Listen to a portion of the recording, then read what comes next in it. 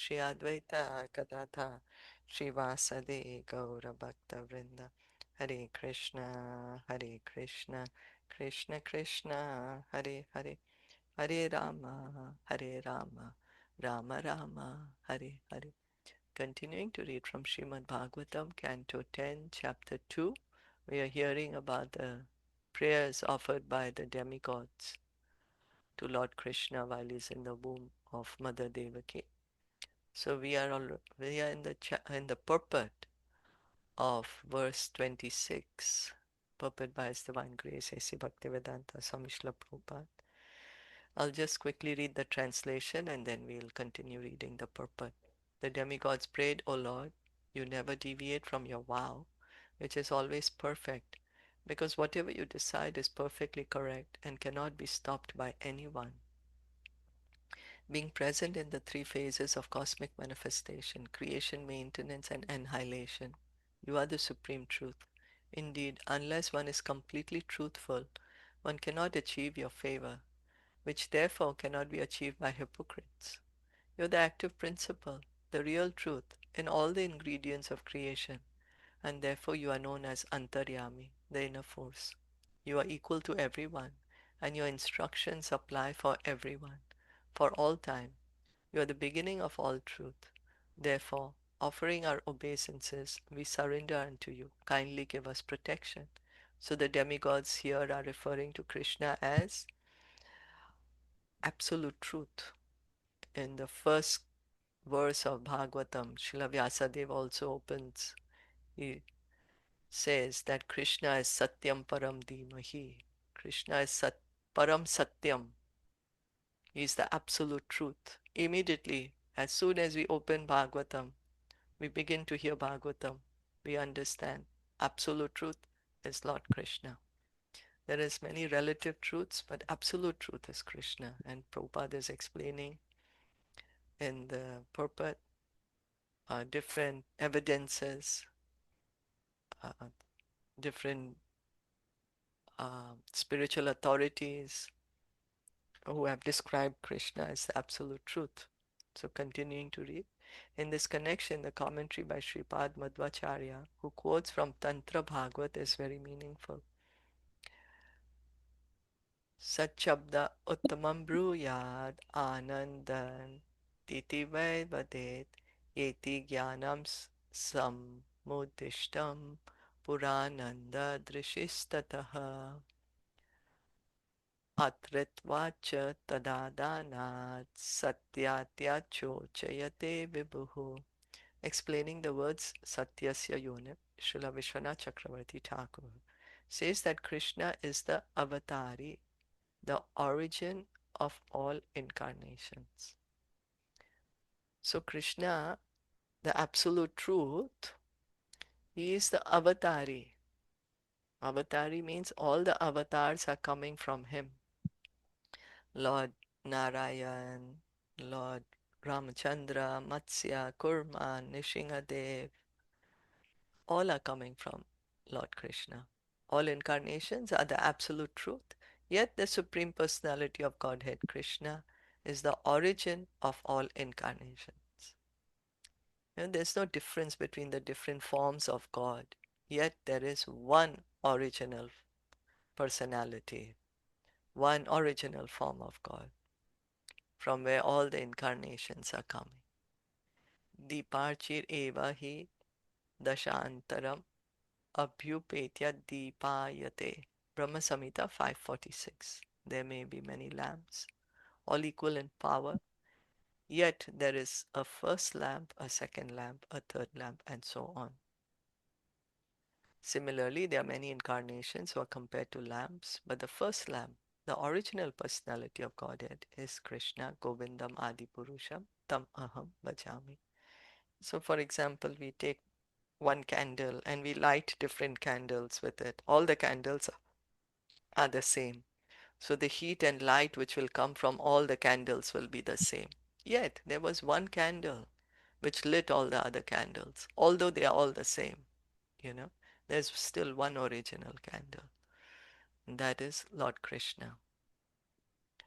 The demigods must offer worship and obedience to the Supreme Personality of Godhead. But one might argue that since the Supreme Godhead was within the womb of Devaki, he was also coming in a material body. Why then should he be worshipped? Why should one make a distinction between an ordinary living entity and the Supreme Personality of Godhead? These questions are answered in the following verses. So then Prabhupada is saying, well, somebody may think that, oh, Krishna is in the womb of Devaki, so he's like an ordinary child. He's also coming to the material world. So why should the demigods offer him prayers? So now we are going to continue hearing to see where is the difference between ordinary human being and Lord Krishna. This is what, okay. Ekaya no so dvifalas trimulas Ekanayoso dvipalastrimulas chaturasa panchavida sadatma chaturasa panchvida shadatma sapta tvagashta vitapo navaksho saptatvagasta vitipo navashkosh dasha chadidvi khagohi adivrikshaha. dashacha chadidrikhagohiyadivriksha.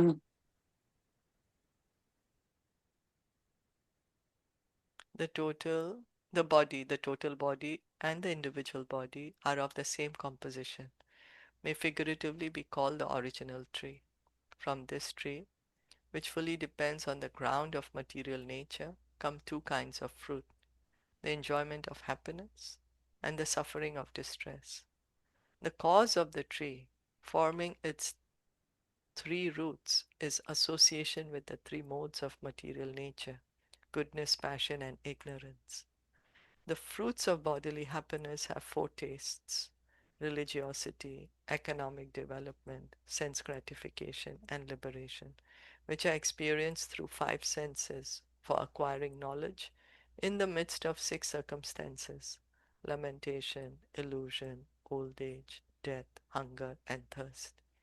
The seven layers of bark covering the tree are skin, blood, muscle, fat, bone, marrow, and semen, and the eight branches of the tree are the five gross and three subtle elements: earth, water, fire, air, ether, mind, intelligence, and false ego. The tree of the body has nine hollows: the eyes, the ears, the nostrils, the mouth, the rectum, and the genitals, and 10 leaves, the 10 airs passing through the body. In this tree of the body, there are two birds. One is the individual soul, and the other is the super soul. So the demigods are comparing this body to a tree. And inside the tree, there are two birds, the Atma and the Paramatma, the soul and the super soul. So this material world is composed of five principal elements. What are the five gross elements? Earth, water, Water, fire, air. fire, and air. Yeah, earth, water, fire, air, and ether.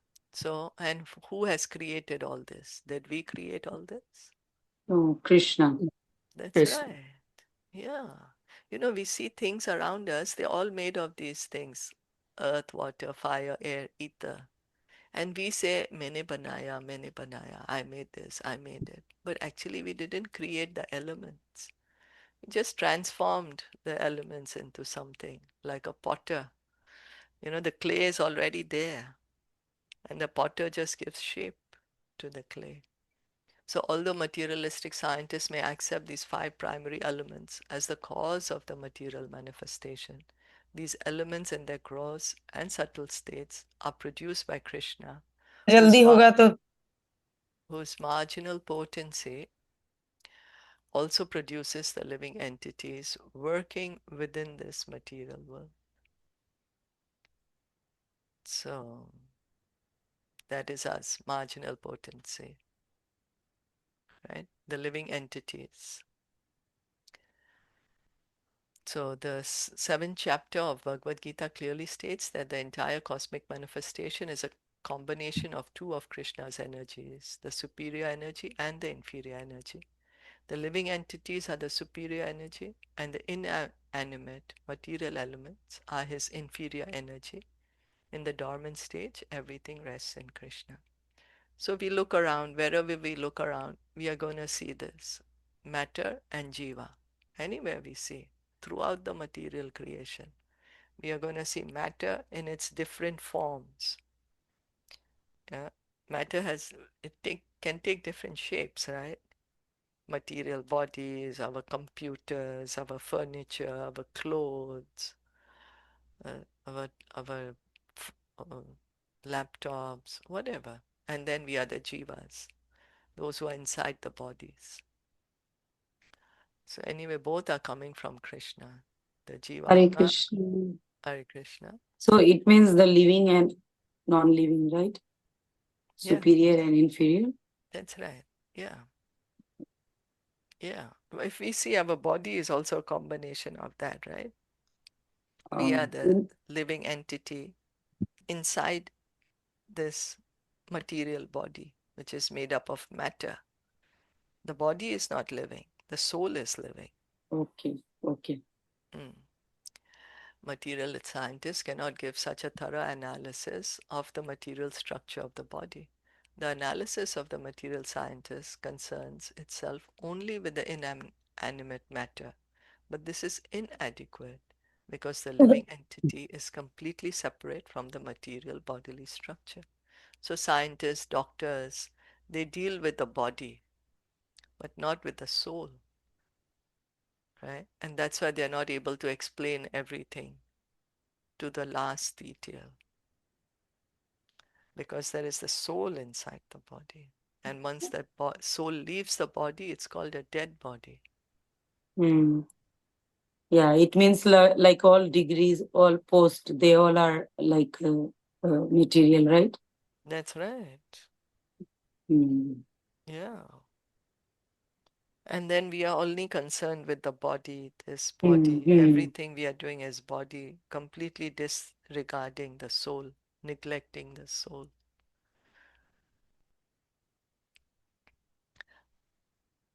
So in Bhagavad Gita 7.5, the Lord says, Aparayam itastva anyam prakritim vidhi me param jiva bhutam mahabaho yayedam dharayate jagat. Besides this inferior nature, O mighty armed Arjuna, there is a superior energy of mind which consists of all the living entities who are struggling with material nature and are sustaining the universe. So Krishna is saying in Bhagavad Gita that we jiva, the soul, we are his energy. Uh, in this material world, there is the material energy, but there is us also, the jivas, and we are struggling here. How we are struggling? We are thinking we can control the material nature. We want to control nature. We get old, we want to control, we dye our hair. We get old, get wrinkles, we do Botox.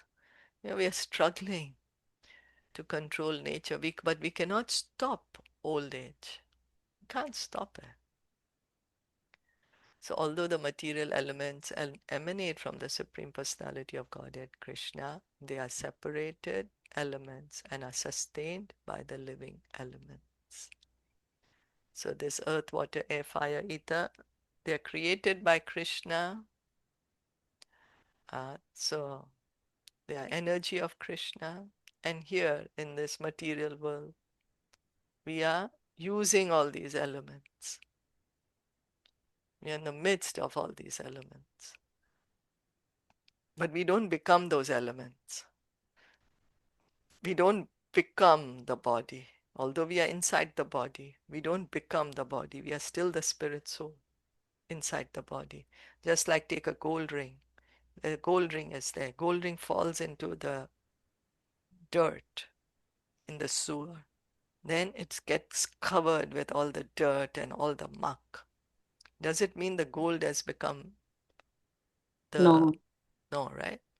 Can no. easily wash the ring, wash it, Yes. and Yes. gold will shine. Same like us. Mm. We are right now inside this tree, this body. So, Hare Krishna. So it means like the five material thing, earth, water, ether, air, these, like Krishna is apart from these all things, right? Right? His body, Yes, he is not created with these all material elements. yes, that's right. He's not created by these elements. He Oh. has created these Yeah, elements. yeah. He has created these all Yes.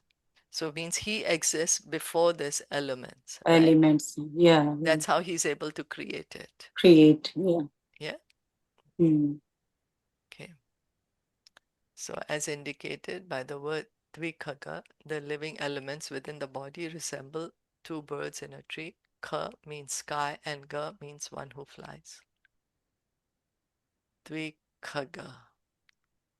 Khaga is a bird, one who flies in the sky. Thus, the word Dvikhaga refers to birds. In the tree of the body, there are two birds or two living elements, and they're always different. In Bhagavad Gita 13.3, the Lord says, Kshetram Kshetragyam chapi mam vidi sarva kshetreshu bharata, O sign of Bharat. You should understand that I am also the knower in all bodies. So, we are inside the body, and next to us, Paramatma is also there. So Paramatma is there in my body, your body, in everyone's body. That's how Krishna is saying that I am the knower of all the bodies. We can know only our body. We cannot feel that we are in somebody else's body, you know. We just know I am here. That's it.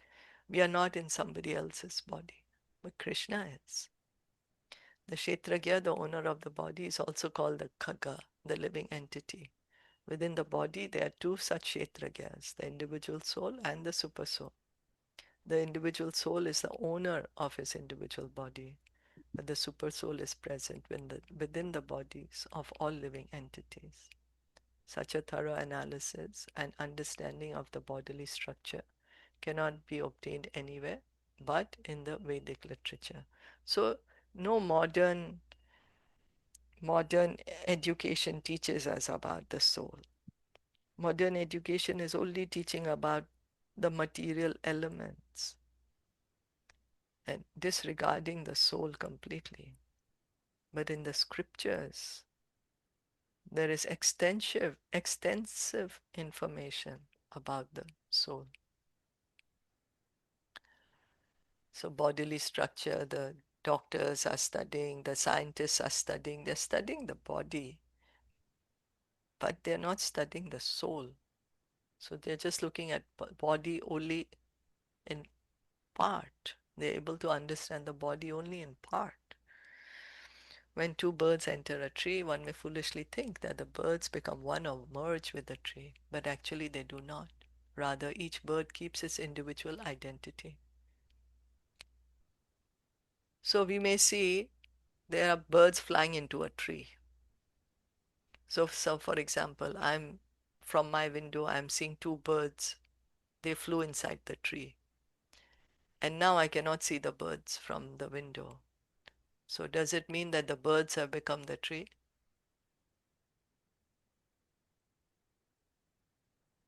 No, No, right? Or does it mean that the two birds, because they entered the tree together, those two birds combined and became one bird? no. No, right? Mm. Similarly, the soul is there inside the body, the super soul is also in the body as separate individual identity. And they don't get become the body. The body is the body, the soul is there, the super soul is there. Similarly, the individual soul and the super soul do not become one, nor do they merge with matter. The living entity lives close to matter, but this does not mean that he merges or mixes with it. Asango hi ayam purusha. All the material scientists mistakenly see the organic and inorganic, or animate and inanimate, to be mixed. So it never mixes. Vedic knowledge has been kept imprisoned or concealed, but every human being needs to understand it in truth. Right? Now, Srila Prabhupada has given us this Vedic knowledge in a language which is easily understandable by us. Otherwise, we wouldn't know such things. How we would know?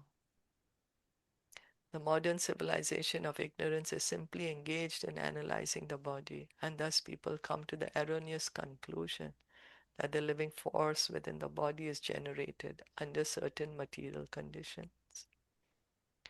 No, people may think that, oh, there was a big bang and then suddenly the life happened. It's not that way. People have no information of the soul, but this verse gives the perfect explanation that there are two living forces, Dvikhaga, the individual soul and the super soul. The super soul is present in every body. Ishvara Sarva Bhutana Hriddeshe Arjuna Tishtati. Whereas the individual soul is situated only in his own body, Dehi, and is transmigrating from one body to another. So the soul is in how many bodies? In the sense, the same soul. One soul can be in how many bodies at one time? One body only. That's right. And what about the super soul? Oh, everyone, like how many living entities are, Yeah, so he present. that's right. He's there in everyone's heart, everyone's body. How many ever living entities there are? Okay, this goes a little long. Did you Yeah. have any comments, any questions? Mm, no, it was good. So we understood. Okay, very clearly stated. Okay, then Yeah. let's stop here. Srimad Bhagavatam ki jai, Srila Jai, Prabhupada ki jai, Gaur Jai, Bhakta Vrinda ki jai, Hare Jai. Krishna. Thank you all for Hare listening.